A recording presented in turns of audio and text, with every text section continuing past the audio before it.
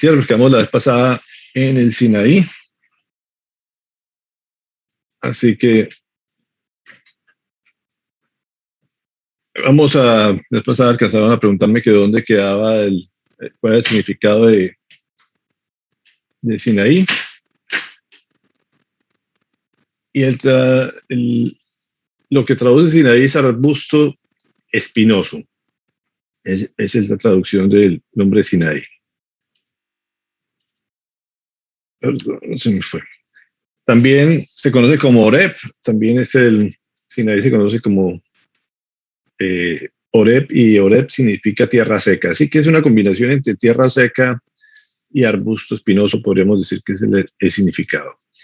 Y allí, en este sitio, habíamos hablado la vez pasada de cómo el Señor dio la ley, le entregó al pueblo la ley, hizo el censo también, pero sobre todo algo bien interesante en este lugar es que Dios ratificó su pacto con su pueblo. Era una forma de hablar a su pueblo y ratificar lo que había prometido, y ahí le ratifica que de todo lo que él va a seguir haciendo con ellos y la tierra que les va a entregar. En Éxodo 19, del 5 al 6, dice: si ahora ustedes me son del todo obedientes y cumplen mi pacto, serán mi propiedad exclusiva entre todas las naciones.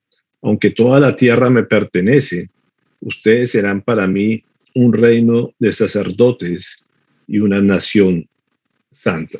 Así que él ratifica el pacto en este lugar, les dice que le pertenecen a él, y todos los que, pues sí, todo lo que pertenece a él, pero que van a ser un pueblo especial para él, y va a ser un pueblo de sacerdotes, y como dice, una nación completamente separada para el Señor. En Éxodo 40, 34 al 35 dice: en ese instante la nube cubrió la tienda de reunión y la gloria del Señor llenó el santuario. Moisés no podía entrar en la tienda de reunión porque la nube se había posado en ella y la gloria del Señor llenaba el santuario. Entonces, como habíamos hablado la vez pasada, fue un tiempo que fue casi un año que estuvieron en este lugar, donde les dio instrucciones para hacer el tabernáculo, y era el sitio de morada donde él venía a estar en medio de su pueblo, y lo hizo a través de la nube que los venía guiando en todo el camino, pero en este momento se posa en este lugar, y dice que la gloria del Señor estaba en ese lugar acampando en medio de su pueblo. Pero aquí también no todo, se puede decir, fue grato a los ojos de él. También pasó todo lo contrario, y eso es lo que vemos, lo que sucede por un lado mientras él estaba hablando con Moisés, dándole la ley. Por otro lado, el pueblo estaba completamente entregado a la idolatría, y estaban recogiendo joyas para hacer este becerro de oro. Así que dice en Éxodo 32, del 8 al 9, dice: han declarado Israel, aquí tienes a tu Dios, es con minúscula, que te sacó de Egipto. Por lo tanto, yo me he dado cuenta que este es un pueblo terco. Aquí el Señor lo cataloga a un pueblo terco, porque definitivamente vivían aferrados a lo que tenían atrás, y seguían creyendo y teniendo la confianza en sus dioses de Egipto. Y esto lógicamente trae una consecuencia fatal para todo el pueblo del Señor. Por eso en Nahum 1:10 dice: serán consumidos como paja seca, como espinos enmarañados. Y aquí empezamos a ver la relación que Dios utiliza en el término de espino para toda la persona terca que está dedicado a la idolatría. Son como espinos para parte del Señor, y cuando habla de enmarañados tiene que ver con eso, que es completamente amarrado, se puede decir, que no es fácil soltarlo de su terquedad. Y vemos dos lados de la fe. Aquí podemos ver, por un lado, la fe está, por un lado, en la presencia del Señor, mostrando toda esa relación íntima que quería con su pueblo a través en el monte, estaba en lo alto del monte. Pero por otro lado, había otro tipo de fe que estaba abajo del monte, que estaba aferrado a lo material, a las cosas que se aferran al mundo. Así que creo que eso sigue sucediendo en medio de nosotros. Y creo que, como hemos dicho desde el principio, este no es un tema solamente para tener de historia y conocimiento del pueblo de Israel, sino que es una cosa que se aplica a nosotros y debemos tener claro dónde está nuestra fe. Si está en la parte de arriba del monte, que queremos hacer comunión con Dios y conocer sus propósitos y su voluntad para nuestra vida, o está en la parte de abajo del monte, donde estamos aferrados a las cosas de esta tierra y tratando de buscar soluciones en esta tierra. Así que como vemos la gráfica, estamos aferrados a la Constitución o más bien al nacionalismo, que significa el mundo. Y eso es lo que sucede en este desierto de Sinaí durante este periodo, que nos deja enseñanzas o uno busca esa intimidad con el Señor a través de su palabra, o más bien está en la tierra seca y llena de espinos cuando estamos aferrados a el mundo material o a las soluciones que el mundo ofrece. Y aquí, del monte Sinaí o el desierto de Sinaí, como podemos ver las dos situaciones, estamos en el desierto y el monte también, se dirigen al campamento de Kibrot Hatava, es el campamento número 12. Dice números 33, 16. Partieron del desierto de Sinaí y acamparon en Kibrot Hatava. Kibrot Hatava significa tumba de los codiciosos. Así que aquí ya siguen su rumbo después de estar, como decía, más de un año en este lugar. Se dirigen ya a la tierra prometida. Sin embargo, vamos a ver lo que sucede en este periodo donde el Señor ya reconoce que este es un pueblo terco, difícil, y empiezan a mostrarse lo que verdaderamente tienen en su corazón en este nuevo tránsito, se puede decir, este nuevo recorrido que empiezan a hacer. Y esto significa tumba de codiciosos. Y aquí vemos que aquí vienen a haber muertos otra vez por causa de la desobediencia. ¿Cuál fue el evento que sucede en este campamento? Y es una de las historias también muy recordadas, conocidas, donde la gente empieza a pedir otra vez pan. Volvemos a lo mismo. La gente está aferrada al mundo, que significa Egipto, y todos añoraban otra vez la carne de Egipto, el alimento que les daba Egipto, que lo tenían todo asegurado, a pesar de que el Señor les enseña cómo hacer el maná, les permite que lo cosan, que le cambien, le pongan otros sabores, se puede decir, pero ellos quieren carne y el Señor dice, bueno, ahora están antojados de carne, voy a darles carne. Y vemos también aquí en forma muy impactante el corazón del Señor, cómo a veces acepta antojos del ser humano y los trata de complacer. Sin embargo, el corazón del humano es tan codicioso o tan egoísta que de todos modos busca hacerse daño. Así que por algo el Señor a veces frena muchas cosas, sin embargo a veces también permite darnos algunas complacencias, pero desafortunadamente no hay como los caminos del Señor, siempre terminamos haciendo las cosas mal nosotros. Por eso en números 11:34 dice, por eso llamaron a ese lugar Kibrot Hatava, porque allí fue sepultado el pueblo glotón. ¿Y por qué pasó esto? La gente, como dice, pidió carne, el Señor les dio carne en abundancia, pero la gente no se complació simplemente con comer carne, sino que dice que agarraron cada persona cerca de 2 toneladas de codornices. El Señor les mandó codornices que cayeran del cielo para que comieran, pero la gente trató básicamente de acumular estas codornices y muchos murieron por causa de glotonería. Y tiene que ver con el nombre, como digo, el nombre, y muchos comentaristas dicen que no se sabe si específicamente era un sitio, sino más bien una lección que daba en cada campamento. Y esto fue lo que sucedió en este periodo del viaje, donde ellos mueren precisamente por glotones, por codiciosos, se puede decir. Y creo que es uno de los males grandes que podemos tener en el corazón humano, la glotonería, la codicia, o la avaricia, que va muy de la mano. La codicia es desear o quitar de lo que los demás debería ser para los demás, y por otro lado también la avaricia es tratar de acumular unos tesoros para sí, como si uno se fuera a llevar algo. Y es algo que el Señor detesta, y eso lleva a su castigo, porque de alguna forma es seguir confiando en las cosas del mundo y no confiar en la provisión de Él. Así que esto es una lección importante que el Señor nos da en este pasaje, en este periodo del viaje, donde precisamente ve cómo la gente da su vida por acumular cosas, y fue lo que le pasó en este campamento. Números 11, del 1 al 3, nos dice: un día el pueblo se quejó de sus penalidades que estaba sufriendo. Al oírlo el Señor ardió en ira, y su fuego consumió los alrededores del campamento. Entonces el pueblo clamó a Moisés, y éste oró al Señor por ellos, y el fuego se apagó.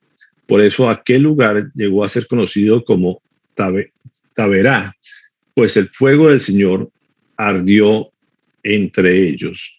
Entonces, aparte de que la gente codició, se acumuló, trató de agarrar toneladas de codornices, se mueren intoxicados por su glotonería, la gente empieza a murmurar. La gente no le gusta la disciplina, la gente siempre le busca la culpa a Dios, le echa la culpa a los demás, y en vez de aceptar sus propias culpas.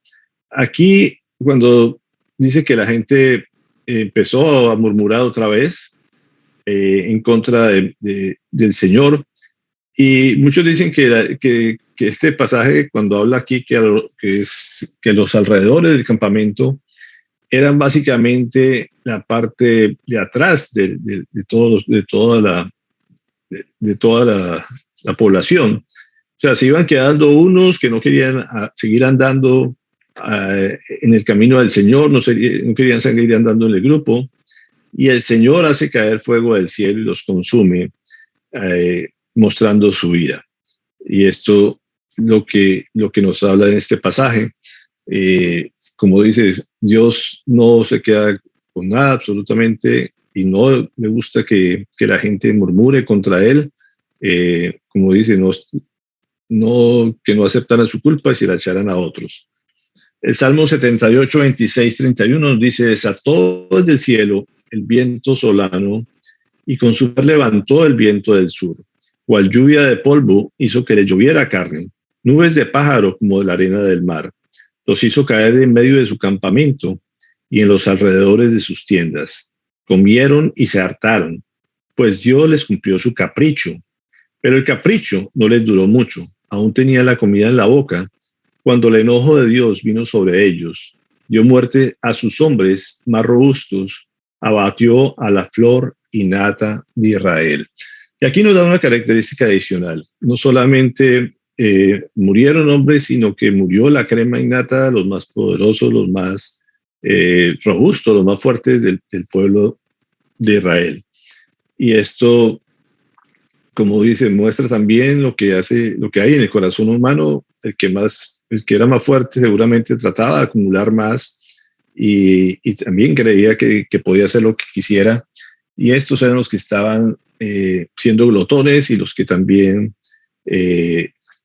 acumulaban, y no solamente eso, sino que murmuraban en contra de Dios por lo que Él había hecho con ellos. Entonces Dios cumple sus caprichos, y toda esta historia termina en desastre y encendiendo la ira del Señor por lo que había en el corazón de estos hombres. ¿Cuál es la lección aquí? Dice Éxodo 12:38. Con ellos salió también gente de toda la haya, y grandes manadas de ganado, tanto de ovejas como de vacas. Eso quiere decir que precisamente en toda iglesia, en todo grupo, hay gente de todas las calañas, como dice aquí la palabra, más o menos. Tenemos que acostumbrarnos a eso. Dentro del pueblo de Israel habían de todo tipo de personas, así como había de todo tipo de animales, también había de todos los temperamentos, de todas las clases. No todo el pueblo, a pesar de ver las grandezas del Señor, estaba dispuesto a obedecerle, y había mucha gente con el corazón dañado, con otros deseos diferentes a lo que el Señor había mostrado.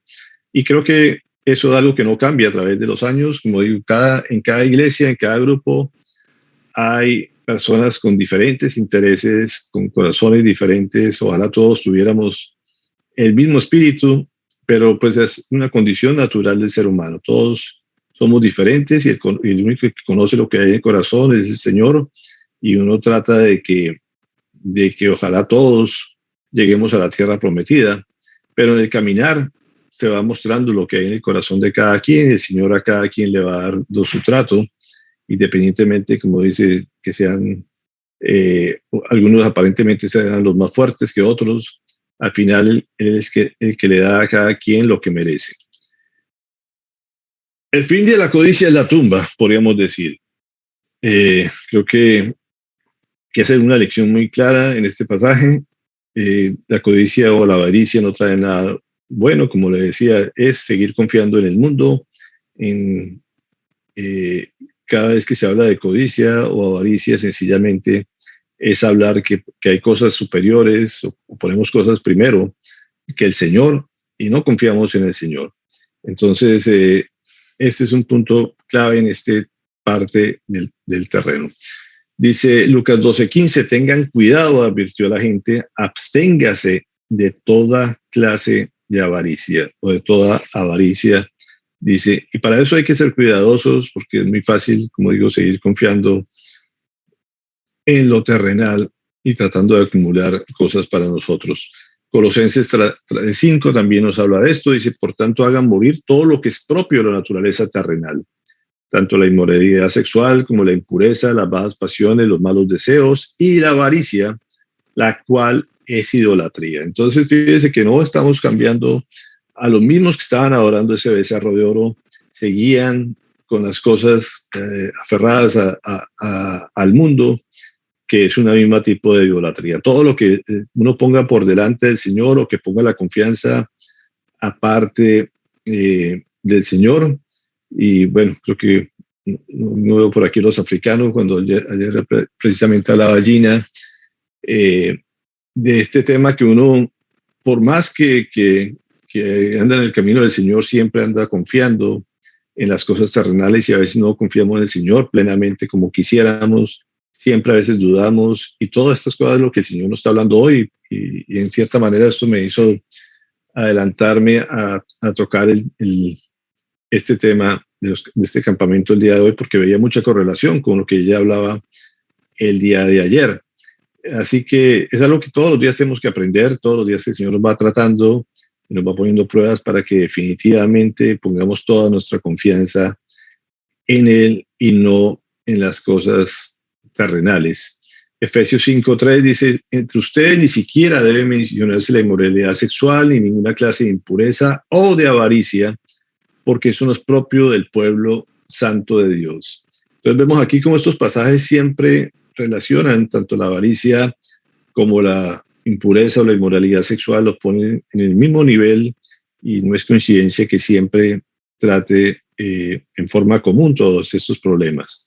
Así que a veces la gente como que le da mayor trascendencia a un pecado sexual, y la avaricia o la justicia la dejan en segundo plano, y de esto poco se habla.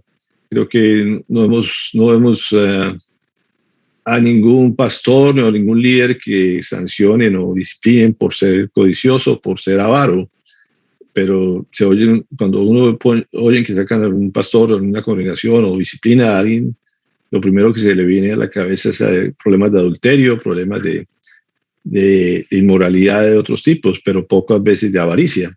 Y creo que son de las cosas que el Señor detesta en forma igual como los de otros pecados.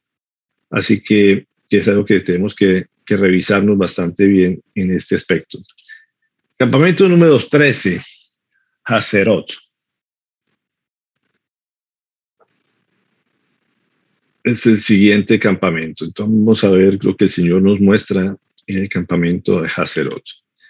Dicen, partieron de Kibot Hatabá y acamparon en Hazerot. Dice Números 33:17. Hazerot, ¿qué significa? Es una aldea, asentamiento o rodear con cercas. Estamos hablando de que es un área limitada, que tiene unos límites, podemos decir, una aldea que tiene unos ciertos límites, está rodeado con cercas. Eso es lo que significa Hazerot. ¿Cuál es el evento que sucede en este lugar? Dice Números 12:12, Moisés había tomado por esposa a una egipcia cusita. Así que Miriam y Aarón empezaron a murmurar contra él por causa de ella. Es un pasaje bastante controvertido. Mucha gente dice, pero ¿cómo es posible que Moisés hubiera tomado a una egipcia, a una mujer cusita, que era del territorio de Egipto, si él tenía su mujer también? Entonces dice uno, ¿por qué? ¿Qué pasó aquí? Miriam y Aarón se empiezan a murmurar en contra del líder del Señor. Y creo que cualquiera de los otros seguramente podría estar haciendo lo mismo al ver un comportamiento que para uno no es correcto. Y es controversial a veces para uno cómo el Señor reacciona de determinadas formas, pero por algo el Señor había escogido a este hombre para que guiara a su pueblo, a pesar de que había también utilizado a Aarón como profeta de Moisés, era el que hablaba en nombre de Moisés, y María o Miriam, pues eran personas de su confianza. Sin embargo, vemos aquí que ellos empiezan a murmurar, a hacer comentarios acerca de Moisés, y esto es lo que sucede en este lugar. Y aquí se enciende la ira del Señor. Vemos, dice en Números 12:15, así que Miriam quedó confinada 7 días fuera del campamento y el pueblo no se puso en marcha hasta que ella se reintegró. ¿Qué pasó aquí? El Señor dice, ¿cómo así que se pueden murmurar en contra de Moisés?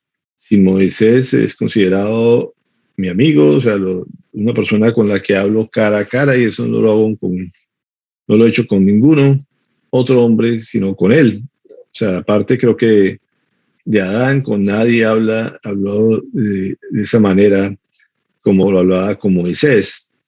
Y esto le hizo que llenara de lepra Miriam. Sin embargo, Moisés intercedió por ella y oró al Señor, le pidió que los perdonara, y el Señor dice, bueno, por lo menos 7 días van a pasar fuera del campamento, hasta que Miriam tenga, como dice, su disciplina, su castigo por este asunto. Y esto hizo que se retrasara todo el viaje, todo el pueblo se detuvo todo este tiempo esperando que Miriam se reintegrara al pueblo. Pero vemos lo delicado que es hablar contra las personas que Dios escoge de todos modos. A veces somos muy dados también a comentar, a criticar, a hablar de personas que tienen el respaldo del Señor y que los ha escogido una función. Y aquí lo importante es entender que cada quien tenemos una función ante el Señor, y nuestro propósito, nuestro interés siempre debe ser velar por lo que nosotros nos corresponde hacer, independientemente de lo que los otros hagan con sus cosas. Creo que también es algo que debemos aprender. Somos, creo que, muy ligeros todos a hablar del prójimo, a opinar, y eso nos pondría en un lugar como si fuéramos superiores a los demás. Y como dicen otros, no somos mejores, peores que nadie, simplemente cada uno tiene una razón de ser y un propósito en la vida, y debe uno enfocarse en lo que le corresponde a uno, y cada quien dará cuentas de lo que cada uno haga ante el Señor. Y esto nos muestra en este campamento. A Miriam le costó recibir lepra, y si no fuera por la misma intercesión que tuvo Moisés, seguramente se hubiera quedado inmuerto con lepra. Sin embargo, el Señor hizo que tuviera lepra durante 7 días. Hay revelaciones directas e indirectas, y esto es algo que debemos tener aquí en este caso. Ahí Dios se revelaba en forma directa con Moisés, como decía, hablaba de cara a cara, y al resto, a Aarón y a Miriam y al resto del pueblo, tenía una revelación indirecta a través de Moisés de lo que él mandara decir. Dice Deuteronomio 34:10, desde entonces no volvió a surgir en Israel otro profeta como Moisés, con quien el Señor tenía trato directo. Y eso es un gran privilegio, de que el Señor hable tan claro a su pueblo o a una persona como tal, y que esta persona de forma indirecta le haga llegar el mensaje al resto del pueblo. Éxodo 33:11 dice: y hablaba el Señor con Moisés cara a cara, como quien habla con un amigo. Creo que todos tenemos en este momento el privilegio de poder hablar con Él, como hijos de Él. Es un privilegio que se da en este periodo de la gracia, después de que el velo ha sido quitado, y tenemos la oportunidad de hablar con nuestro Padre en forma muy directa. Sin embargo, uno siempre ve que Él escoge en cada época de la historia personajes que los utiliza en forma más que a otros, se puede decir, y le habla en forma más clara que a otros. Sin embargo, creo que no hay nadie que haya hablado cara a cara con el Señor después de Moisés, como aquí lo expresa. Podemos hablar a través del Espíritu, y el Espíritu nos habla a nosotros, y eso es una gran ventaja que tenemos nosotros, pero igual no nos da la potestad de hablar en contra o murmurar en contra de otras personas. Números 12:3 dice: Moisés era muy humilde, más humilde que cualquier otro sobre la tierra. Y aquí creo que es fundamental entender esta parte, porque Dios por algo lo escogió a él. Y creo que una de las cosas que uno podría inferir en medio de esta situación es que si lo escogió también Dios a él, era porque conocía el corazón que había en él. No con cualquiera, la cara a cara, cualquiera, como digo, se vive dando de ínfula, de profetas, de apóstoles, de buscar títulos. Moisés para nada, o sea, él simplemente aceptaba el llamado del Señor, lo aceptó como tal, trató de ser obediente siempre, pero dice que no había nadie más humilde que él sobre la tierra, y creo que esa es una de las características claves que nos muestra en este pasaje, en este campamento. Es otro de los pecados peligrosos para toda la iglesia, que es el orgullo. Entonces, por una parte, el que critica, como le decía, es porque se cree más, y eso ya lo convierte en orgulloso. Y Moisés en ninguna parte muestra aquí que quiere dar ínfulas. Sin embargo, después, seguramente al final vemos cuando él toma su iniciativa de hacer las cosas diferentes a lo que el Señor manda, ahí empezó a fallar seguramente también. Pero eso, como digo, cada quien tiene que dar cuenta, y el Señor sabe en qué momento pararlo. Pero en ese momento el problema era Aarón y Miriam, y a ellos les da esa lección, así como nos la da a nosotros también, de tratar de ser humildes y dejar ese o cuidarnos de ese gran pecado que es el orgullo, que es muy fácil también caer, así como fue la avaricia o la codicia en el campamento pasado.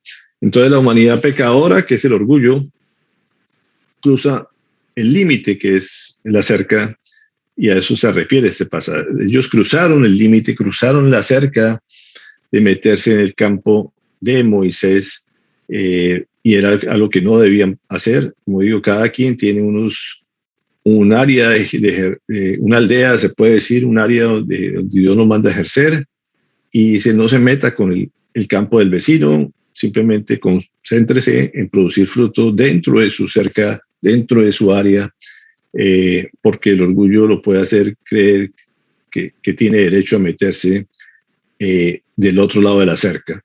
Así que en este campamento creo que es la mayor lección que podemos aprender de lo que le pasó a Aarón y a Miriam por ponerse a criticar o hablar en contra de Moisés. Cruzaron el límite, cruzaron la cerca. Números 12:16 dice: después el pueblo partió de Hazerot y acampó en el desierto de Parán. Entonces, después de esta lección, después de que esperaron a Miriam, ellos siguen el camino y se van hacia el desierto de Parán. Y aquí, a partir de este momento, podríamos decir, empieza otra etapa del camino, donde el Señor les va a dar un trato muy especial y bien drástico contra el pueblo de Israel. El desierto de Parán, como lo ven aquí en la gráfica, todo esto habla del desierto de Parán. Muchos hablan de que de aquí estamos hablando de Hazerot, según eso acá, pero como les decía, el sitio es lo menos importante y hay mucha controversia. Muchos de esos puntos aparecen, como ven, con interrogación. Como decimos, no está claro si es de este lado del mar, del otro lado, pero eso no tiene trascendencia. Lo cierto es que el desierto de Parán incluye todo esto y aquí el Señor empieza a dar un trato especial al pueblo del Señor. Todo esto lo consideran también como Cades Barnea. Y aquí vamos a estar viendo 18 campamentos en este pedazo simplemente. Estamos a las puertas de Canaán, de la tierra prometida, y aquí precisamente este pueblo va a recibir grandes lecciones por su incredulidad y en cierta manera por su orgullo, por su por su codicia o por su avaricia, o por al final la falta de fe. Así que de aquí para adelante empezamos a ver el trato en estos 18 campamentos en forma bien especial para el pueblo del Señor. Como les decía, el desierto de Parán para algunos significa Cades Barnea. Aquí uno se ubica en Cades Barnea, aquí en el centro del desierto de Parán, pero para algunos comentaristas se refieren Cades Barnea a todo este sector también. Y aquí estamos hablando de que van a pasar cerca de los 40 años, algunos hablan 38, 40 años que dura dando vueltas a este pedazo, entre 1445 a 1407, estamos hablando de 38 años, que van a estar en estos 18 campamentos. Así que hasta aquí, todo el pedazo de Egipto, aquí llevamos 2 años y aquí van a durar 38 años en medio de estos 18 campamentos. Y están a las puertas de la tierra prometida. Dice, partieron de Hazerot y acamparon en Ritma. Entonces vemos aquí, hay 2 pasajes. Por un lado, decía que partieron de Hazerot y estuvieron en el desierto de Parán, y en el Éxodo nos habla de que partieron de Hazerot y acamparon en Ritma. Entonces, como veíamos, Ritma, algunos lo ubican aquí con interrogación, pero se supone, como les decía, que todo esto es parte del desierto de Parán. Entonces no es que la Biblia se contradiga, sino que está hablando en forma general, y en la otra de una forma específica, probablemente sea aquí, en esta zona, o del otro lado, siguen apareciendo en forma con interrogación en los mapas bíblicos. Así que vamos hacia Ritma, que quiere decir raíz de enebro, también amarrar, unir o atar, que es el campamento número 14.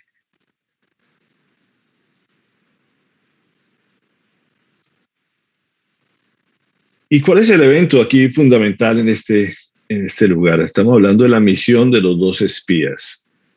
Es un pasaje muy significativo aquí, donde ellos piden que quieren ir a ver la tierra prometida antes de entrar, en contra del mismo mandato del Señor.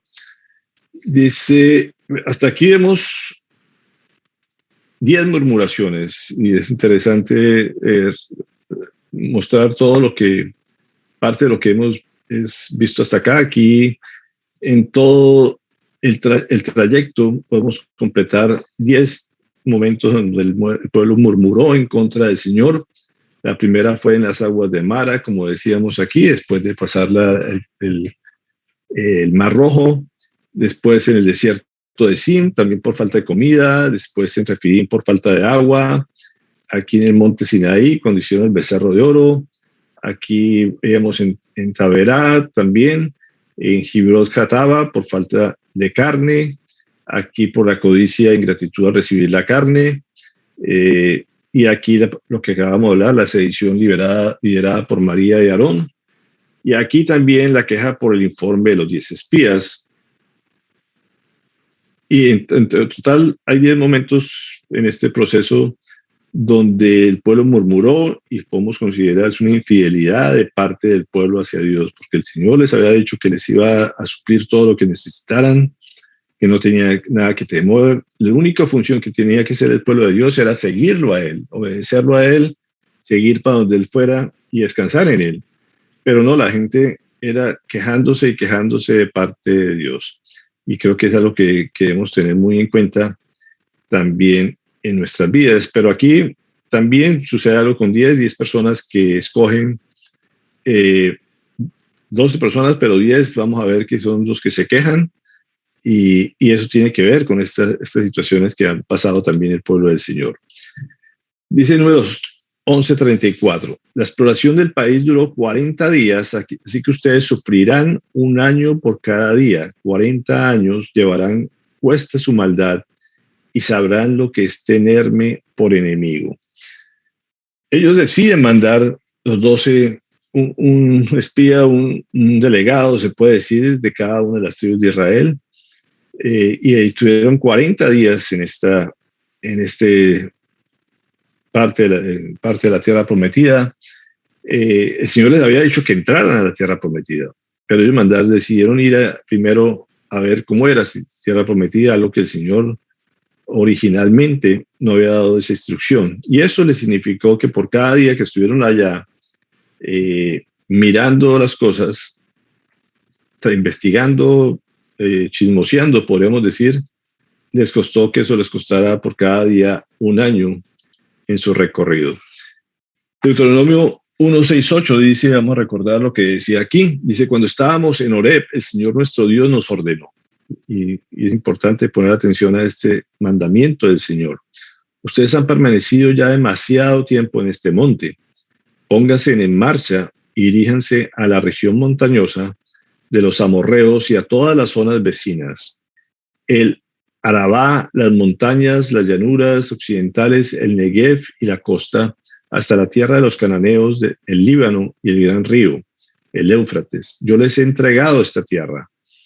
Adelante, tomen posesión de ella. El Señor juró que se la daría a los antepasados de ustedes, es decir, a Abraham, Isaac y Jacob, y a sus descendientes.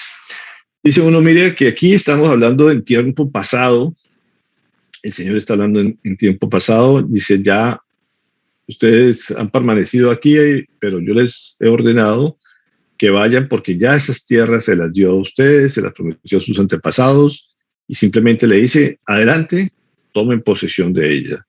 Y vemos aquí lo que es claro y específico. El Señor habla en forma completamente clara, le dice los límites, hasta dónde tienen que tomarse, y simplemente le dice, adelante, tomen posesión de ella porque eso les pertenece a ustedes. Creo que hasta ahí no hay ninguna instrucción de que vayan a mirar, que miren a ver si pueden, que miren a ver qué tan grande es el enemigo, miren la estrategia.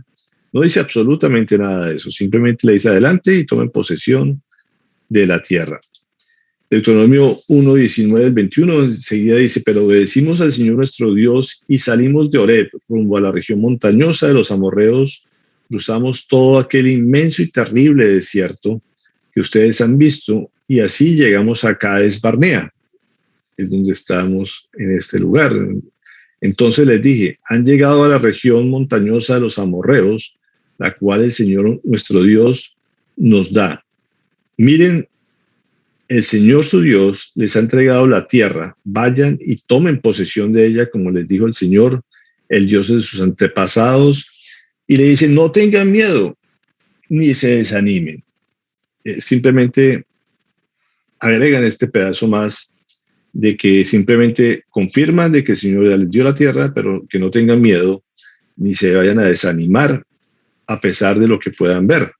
Así que era una confirmación de lo que el Señor había hablado.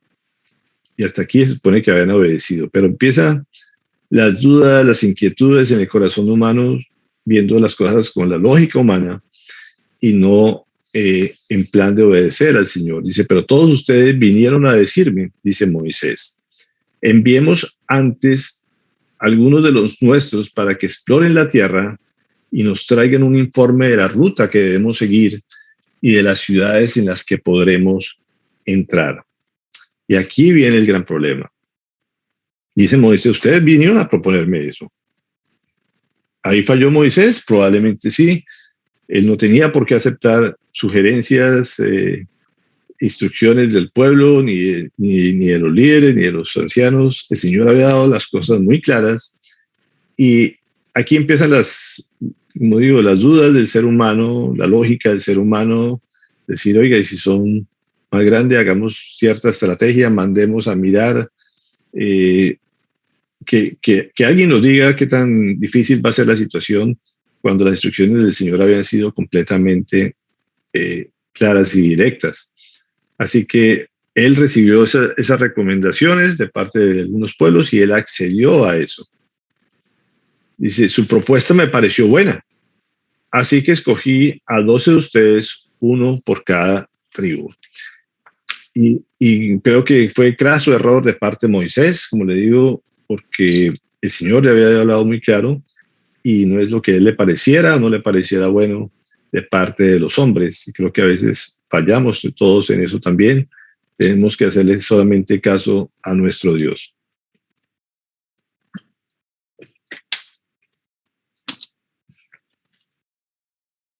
Y aquí vemos otro pasaje interesante, números 13, 1, 2. El Señor le dijo a Moisés, quiero que envíes a algunos de tus hombres a explorar la tierra que estoy por entregar a los israelitas. De cada tribu enviarás a un líder que la represente. Y aquí yo me hacía la pregunta, ¿cómo así? El Señor no le dijo nada de esto inicialmente, pero después este pasaje parece que dijera lo contrario, porque el Señor había dado instrucciones claras, pero esto sucede precisamente después de eso. Después Dios accedió a eso. Dios hubiera podido decir, no entra nadie, simplemente, pero aceptó lo que o respaldó la decisión de Moisés. Y es bien llamativo esto porque él dice, a mí me pareció buena, ustedes, él está diciendo al pueblo, ustedes me lo recomendaron, ustedes me sugirieron, a mí me pareció buena, y el Señor respalda a Moisés a pesar de que no era lo que él había ordenado, y él simplemente dice, él le dijo a Moisés, yo le dije a Moisés que quiero que envíes a esos hombres, y lo permitió de eso. Como digo, no hay nada que se le salga del plan de Dios, Dios lo tenía completamente controlado, no era que lo sorprendieran la incredulidad del hombre, la desobediencia del hombre, y él de alguna manera respalda a su líder a sabiendas que esto le costaría 40 años más dando vueltas, estando a las puertas de la tierra prometida. Deuteronomio 1:26 dice, sin embargo, ustedes se negaron a subir y se rebelaron contra la orden del Señor, su Dios. Entonces, fíjense que aquí pasó eso, ellos se negaron a subir, se rebelaron a la voluntad del Señor, y el Señor les dice, bueno, ustedes tienen dudas, ustedes no quieren entrar, vayan y miren, simplemente, y hagan lo que bien les parece, como dicen, pero eso les va a significar una consecuencia.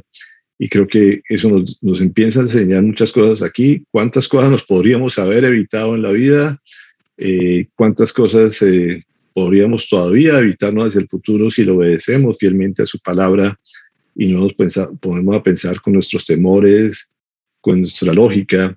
Y el Señor de todos modos nos va a utilizar y nos va a tratar, pero pues el camino se hace mucho más largo y tortuoso y sobre todo muy seco como es el desierto y bien duro el camino, pero de todos modos sigue con su plan, simplemente que se atrasan las bendiciones del Señor. Deuteronomio 1:27-28 dice, se pusieron a murmurar en sus carpas y dijeron, el Señor nos aborrece, nos hizo salir de Egipto para entregarnos a los amorreos y destruirnos. ¿A dónde iremos? Nuestros hermanos nos han llenado de miedo, pues nos informan que la gente de allá es más fuerte y más alta que nosotros, y que las ciudades son grandes y tienen muros que llegan hasta el cielo. Para colmo, nos dicen que allí vieron anaquitas, y anaquitas son gigantes. Pero esa es la visión del ser humano, esa es la percepción del ser humano. Además, como dice, todo lo hacen grande, los problemas lo hacen ver mucho mayores que lo que es para Dios, porque para Dios no hay ningún tipo de problema. Esta gente, él ha dado la instrucción simplemente que se adelantaran, que no tuvieran fuerza, que no se desanimaran, que Él estaba con nosotros. Pero el ojo del ser humano lo que ve es muy diferente y al contrario lo exagera, porque el enemigo nos ayuda a eso, a ver las cosas, los problemas como muy grandes. Y esto fue lo que estos 10 personas lo vieron. Solamente 2 siguieron confiando en el Señor que fue Josué y Caleb, pero todos los otros 10 que representa todo el resto de murmuraciones que han pasado atrás, se puede decir, estos 10 también representaban los murmuradores y los desanimadores, y creo que en esa proporción se da siempre en nuestra vida también. Hay 10 veces que le está uno diciendo a la cabeza a uno que tenga miedo, que desconfíe, y creo que es menos del 20% de las decisiones donde uno verdaderamente confía en el Señor.